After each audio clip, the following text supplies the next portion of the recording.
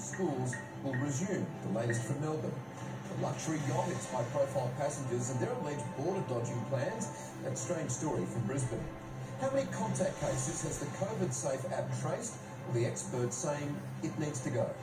A new billion-dollar announcement from Canberra, breaking details from Parliament House, and fire and violence live to the streets of Wisconsin as Black Lives Matter protests ramp up.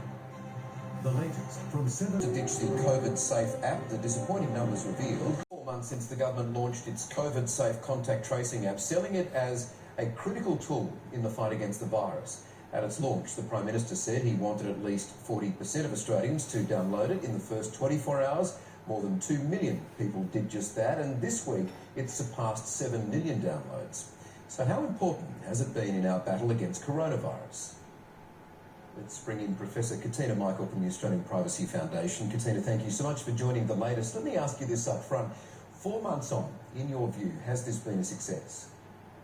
I like the fact that we've tried to reduce the transmission of the pandemic using an application, a mobile device, but I'm really suspect on how it was rolled out. There have been technical bugs, there have been issues to do with data privacy, issues to do with security, and actually the normalisation of surveillance. This notion that we have now people looking at our contacts, our physical social network. Now, recently, Katina, there's been little mention of the COVIDSafe app, and Victorian health officials admitted they stopped using it for a period of time early on. Is it time to update the app or ditch it completely, do you think? The problem is now the Australian public has lost confidence. They're confused. They don't know if they have the latest app. They're really confused by the fact that some people got wrong messages saying that they had COVID and ended up going to clinics to see if they were tested positive.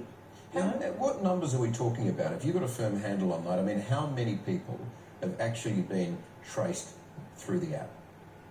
It's been a small amount. We're talking about new contact traces now that were never found before through manual tracing. So usually what happens, somebody's asked, who did you come into contact with in the last 24 hours, in the last week, in the last 2 weeks?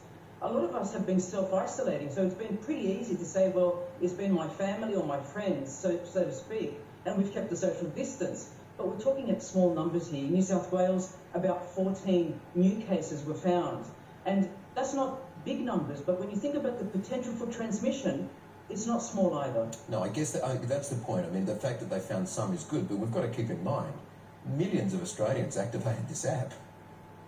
That's the thing. Purportedly 7 million downloads have happened since April when we launched. And that number is a bit ambiguous. We don't know if people did multiple downloads. We don't actually have a strong, knowledge base about where those downloads came from. The question is, are they just trying to reach a number that sort of says, okay, it was worth the $2 million, and purportedly that huge amount that was spent on marketing and raising awareness of this public interest tech? Like, I think it's all agreed. It was probably well-intentioned, but it was rushed and it was flawed. The technology, the data was flawed in the first place. Professor Katina, thank you. Thank you very much.